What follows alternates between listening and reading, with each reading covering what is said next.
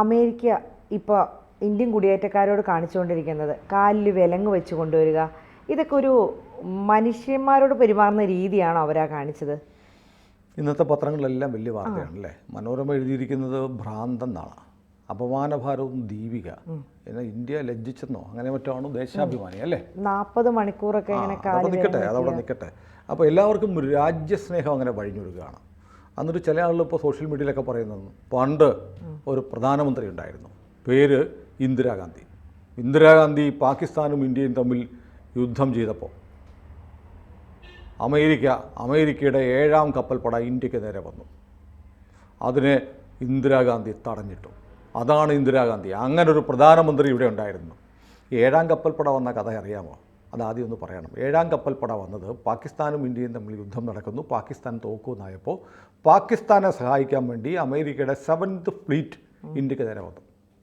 എന്ന് പറഞ്ഞാൽ പാകിസ്ഥാനെ സഹായിച്ച് ഇന്ത്യയെ തോൽപ്പിക്കാൻ വേണ്ടി, ഇന്ത്യയെ പരാജയപ്പെടുത്താൻ വേണ്ടി പാകിസ്ഥാനെ സഹായിക്കാനാണ് 7ാം കപ്പൽപ്പട വന്നത്.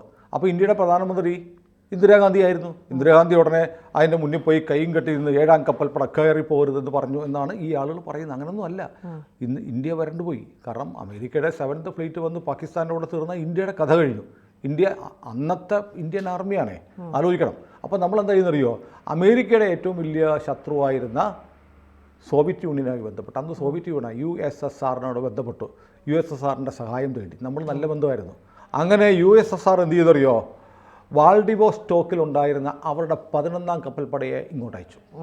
അപ്പോൾ 7ാം കപ്പൽപ്പട പാകിസ്ഥാനെ സഹായിക്കാൻ വേണ്ടി വരുന്നു, 11ാം ഫ്ലീറ്റ് സോവിയറ്റ് യൂണിയൻ്റെ അതിനെ ചെറുക്കാൻ ഇന്ത്യയെ സഹായിക്കാൻ വേണ്ടി വരുന്നു. അപ്പോൾ സംഭവിക്കാൻ പോകുന്നത് എന്താണ്, അമേരിക്കയും സോവിയറ്റ് യൂണിയനും തമ്മിൽ ഒരു യുദ്ധത്തിലേക്ക് പോകുന്ന സ്ഥിതി വന്നപ്പോൾ ഇന്ത്യയെ തൊട്ടാൽ ഞങ്ങൾ അടിക്കുമെന്ന് സോവിയറ്റ് യൂണിയൻ പറഞ്ഞു. എപ്പോഴാണ് ഇന്ദിരാഗാന്ധി നിലവിളിച്ച് ചെന്നപ്പോഴാണ്. അങ്ങനെ 7th ഫ്ലീറ്റ് തിരിച്ചുപോയി. ഇന്ത്യ വിതിൻ 24 hours പാകിസ്ഥാനെ കീഴടക്കി. അങ്ങനെ ഇന്ത്യയുടെ മുന്നിൽ പാകിസ്ഥാൻ സൈന്യം കീഴടങ്ങി. ഏതാണ്ട് 90,000-ഓളം പട്ടാളക്കാർ നമ്മുടെ തടവുകാരായി. അവരെ നമ്മൾ വിട്ടയച്ചു. പാകിസ്ഥാൻ കരസേനാ മേധാവി ഇന്ത്യൻ കരസേനാ മേധാവിയുടെ മുന്നിൽ കീഴടങ്ങൽ ഒപ്പിട്ടു. ഇത് ചരിത്രപ്രസിദ്ധമായ സംഭവമാണ്. അതിനെയാണ് ഇവർ പറയുന്നത്, ഞങ്ങൾക്കൊരു പ്രധാനമന്ത്രി ഉണ്ടായിരുന്നു, 7ാം കപ്പൽപ്പട വന്നപ്പോൾ അമേരിക്കയെ വെല്ലുവിളിച്ച് നിന്നു എന്ന് പറയുന്ന എന്താണ് വിവരക്കേട് പറഞ്ഞ് ആളുകളെ പറ്റിക്കാറ്. ഇന്നത്തെ തലമുറയ്ക്ക് ഇതൊന്നും അറിയത്തില്ല. 1966 ഒരു സംഭവം ഉണ്ടായി. 1966 ആദ്യമായി ഇന്ദിരാഗാന്ധി പ്രധാനമന്ത്രിയായി കഴിഞ്ഞ് Indira Gandhi America സന്ദർശിച്ചപ്പോൾ American president Linton ജോൺസനെ കണ്ടു. അന്ന് നമ്മൾ ആവശ്യപ്പെട്ടു പോയത്, വലിയ ക്ഷാമം ഇന്ത്യയിൽ ഉണ്ടായതുകൊണ്ട് ഇന്ത്യയിൽ ഭക്ഷ്യോൽപാദനം കുറഞ്ഞു, നമുക്ക് കുറച്ച് ഗോതമ്പ് വേണം എന്ന് പറയാനാണ് ചെന്നപ്പോൾ അവർ പറഞ്ഞു, ഞങ്ങൾ കുറേ കണ്ടീഷൻസ് ഉണ്ട്. ഗ്രീൻ റവല്യൂഷൻ, ഹരിത വിപ്ലവത്തിൻ്റെ ഭാഗമായി അമേരിക്ക പറയുന്ന കുറേ വ്യവസ്ഥകൾ പറഞ്ഞ് കരാർ ഒപ്പിട്ടാൽ മാത്രമേ നിങ്ങൾക്ക് ഗോതമ്പ് തരത്തുള്ളൂ എന്ന് പറഞ്ഞു. പിച്ചച്ചട്ടിയുമായി ഇന്ദിര അവിടെ നിന്നപ്പോൾ അവർ പറഞ്ഞ വ്യവസ്ഥകളെല്ലാം അംഗീകരിച്ച് ഒപ്പിട്ട് കൊടുത്തു. അതിനെക്കുറിച്ച് അമേരിക്കയിൽ പത്രങ്ങൾ വന്നതെന്നറിയോ, ഇന്ത്യൻ പ്രധാനമന്ത്രി തെണ്ടാൻ വന്നിരിക്കുന്നു എന്നാണ് ഇന്ദിരാഗാന്ധിയുടെ പടം വെച്ച് അന്ന് വാർത്ത പ്രസിദ്ധീകരിച്ചത്. ആ വാർത്ത നമുക്കൊന്ന് കാണിക്കാം പ്രേക്ഷകരെ. ഇതാണ് ഇന്ദിരാഗാന്ധിയുടെ ചരിത്രം. ഈ ഇന്ദിരാഗാന്ധിയെ പറഞ്ഞിട്ടാണ് പറയുന്നത്, അമേരിക്കയെ കിട്ടുകിട്ടാ പറപ്പിച്ചു. അവിടെ ചട്ടിയുമായി പോയപ്പോൾ പ്രസിഡന്റിനെ കാണാൻ പറ്റാതെ കാത്തു നിൽക്കുകയും വല്ലതും ഗോതമ്പ്, ഇത്തിരി അരിയും ഗോതമ്പും തരണേ എന്ന് പറഞ്ഞാൽ പോയത്. അതിനു വേണ്ടിയിട്ട് ഞങ്ങൾ പറയുന്ന വ്യവസ്ഥകൾ ഒപ്പിട്ടാൽ മാത്രമേ പ്രസിഡന്റിനെ കാണാൻ പോലും പറ്റൂ എന്ന് പറഞ്ഞ ഒരു അമേരിക്കയുണ്ട്. ആ അമേരിക്കയും ഇന്നത്തെ അമേരിക്കയും തമ്മിലുള്ള വ്യത്യാസം, നരേന്ദ്രമോദി ഒരു മീറ്റിങ്ങിൽ നിൽക്കുമ്പോൾ വേറെ ആളുകളോട് സംസാരിച്ചുകൊണ്ടിരിക്കുക. അപ്പോൾ ജോ ബൈഡൻ പിന്നിലൂടെ വന്ന് തട്ടി വിളിച്ചിട്ട് മോദിയെ ആലിംഗനം ചെയ്തൊരു വീഡിയോ ഇപ്പോഴും സോഷ്യൽ മീഡിയയിലുണ്ട്. അങ്ങനെ മോദിയെ കണ്ടില്ലെങ്കിൽ തേടിച്ചെന്ന് തട്ടി വിളിച്ച് കെട്ടിപ്പിടിക്കുന്നൊരു അമേരിക്കൻ പ്രസിഡന്റ് അമേരിക്ക ഇപ്പോൾ ഉണ്ടായിട്ടുണ്ട്. ഇതാണ് രണ്ട് പ്രധാനമന്ത്രിമാരുടെ കാലഘട്ടത്തിൽ വന്ന വ്യത്യാസം. ഇത് നമ്മൾ മറന്നു പോവുകയാണ്. ഇനി നോക്കൂ, ഞാനിപ്പം ഈ ബബിത പറഞ്ഞ വാർത്തയുടെ ഒരു ബാക്കി ഇന്നത്തെ മനോരമയുടെ അകത്ത പേജിൽ ഒരു വാർത്ത വായിക്കാം. മരണം മുന്നിൽ കണ്ട് യാത്ര, അപമാനിതരായി മടക്കം. ആ വാർത്ത ഇങ്ങനെയാണ്. ന്യൂഡൽഹിയിൽ നിന്ന് മനോരമ ലേഖകൻ എഴുതുകയാണ്, US എത്തുന്നതിന് മുമ്പ് കടന്നുപോയത് 7 രാജ്യങ്ങളിലൂടെ. കാടും മേടും കുന്നും കടലും നദിയും താണ്ടിയ യാത്ര. മർദ്ദനവും ഭീഷണിയും വിശപ്പും. ഒടുവിൽ US എത്തിയെങ്കിലും സ്വപ്നങ്ങളും അഭിമാനവും ജീവിതവും തകർന്നും മടക്കം. എന്ന് പറഞ്ഞാൽ ഇവരെന്തോ മഹത്തായ കാര്യം സാധിക്കാൻ വേണ്ടി പോയി. എന്നാണ് പറയുന്നത്. അവർ മഹത്തായ കാര്യം ലക്ഷ്യമാണ്. കാരണം നല്ല ജീവിതം കെട്ടിപ്പടുക്കാൻ പോയത്. എങ്ങനെയാണ് പോയത്? നിയമവിരുദ്ധമായി പോയി അല്ലേ? മതിയായ യാത്രാരേഖകളൊന്നുമില്ലാതെ ഇവർ പോയി. എങ്ങനെ പറ്റി? മനുഷ്യക്കടത്തുകാർക്ക് പണം കൊടുത്തു. 1 കോടി രൂപ വരെ കൊടുത്തിട്ടാണ് പോയത്. നേരെ ബ്രസീലെത്തും, അവിടുന്ന് കൊളംബിയയിൽ പോവും, അവിടുന്ന് പാനമ വഴി അനധികൃതമായി വെള്ളത്തിലൂടെ യാത്ര ചെയ്ത് മെക്സിക്കൻ കാടുകളിലെത്തും. അവിടെ നിന്ന് 50-70 കിലോമീറ്റർ നടന്ന് US-ൻ്റെ അതിർത്തി നുഴഞ്ഞു കയറി അവിടെ ചെല്ലും. പിടിക്കപ്പെട്ടില്ലെങ്കിൽ അമേരിക്കയിൽ കയറി. അമേരിക്കയിൽ ഇവർ എത്തുന്ന ഇതിനാണ്.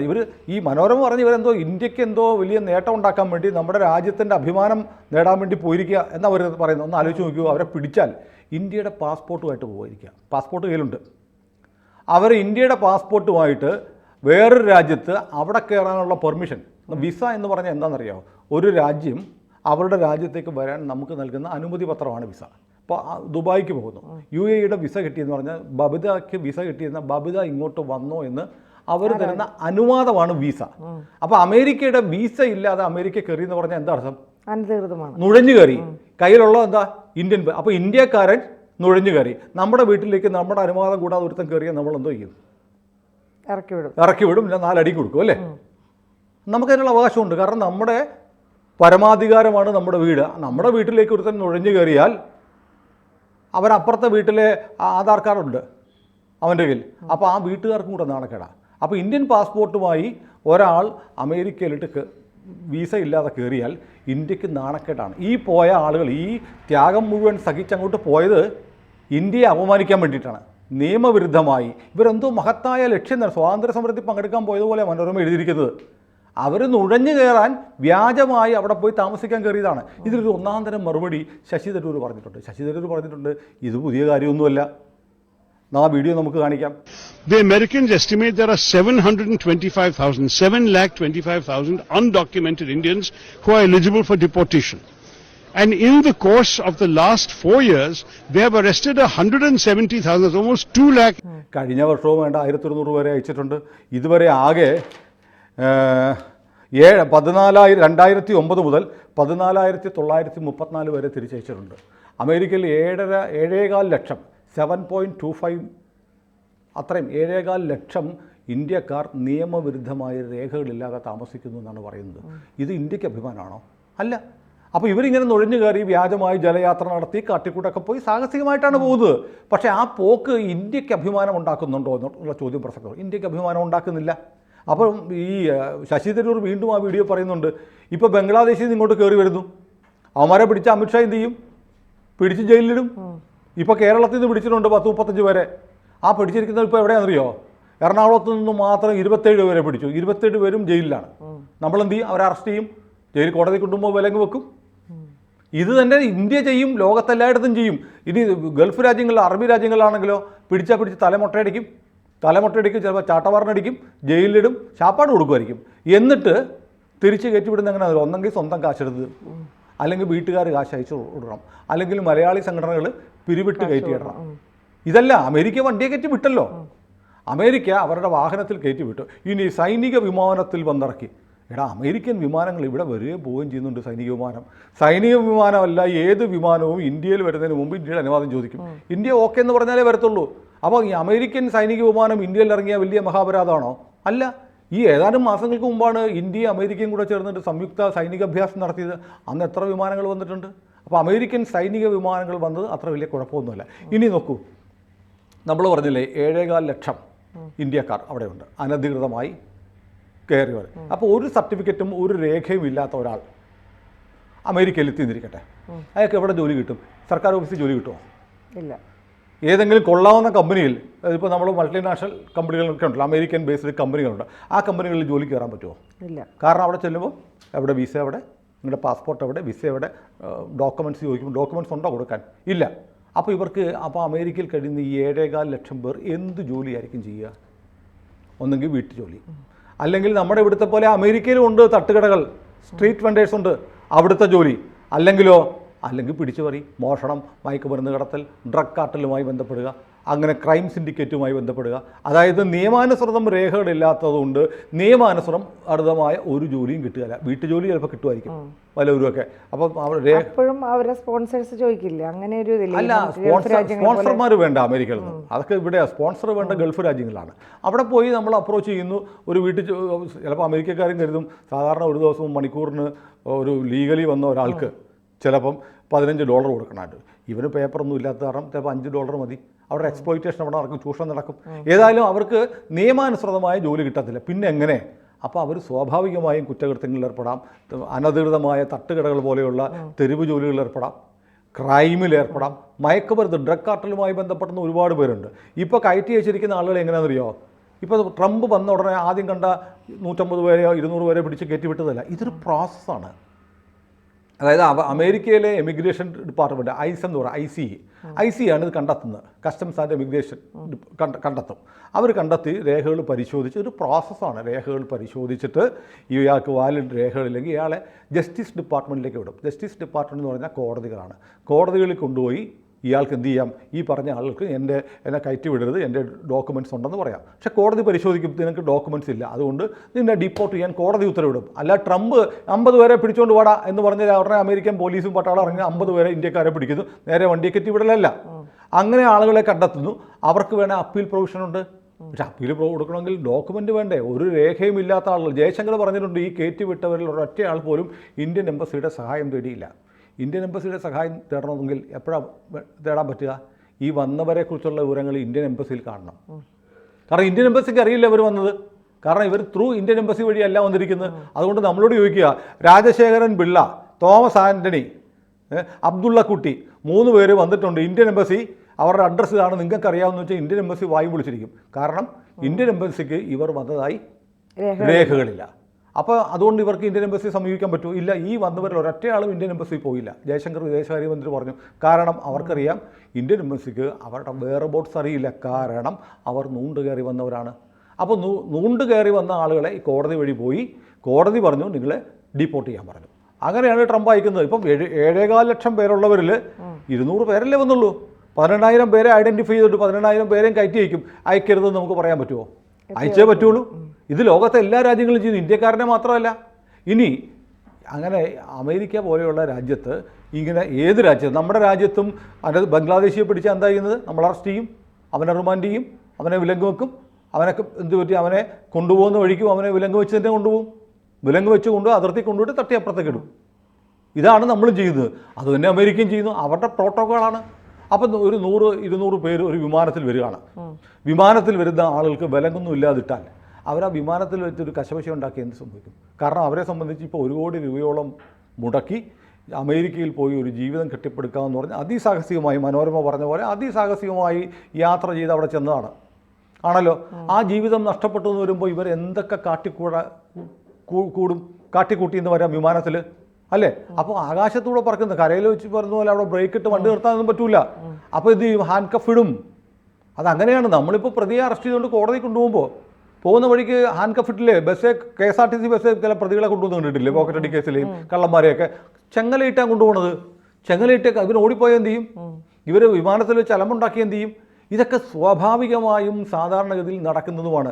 ലോകത്ത് ഇപ്പോൾ കൊളംബിയയുടെ കാര്യം പറയുന്നുണ്ട്.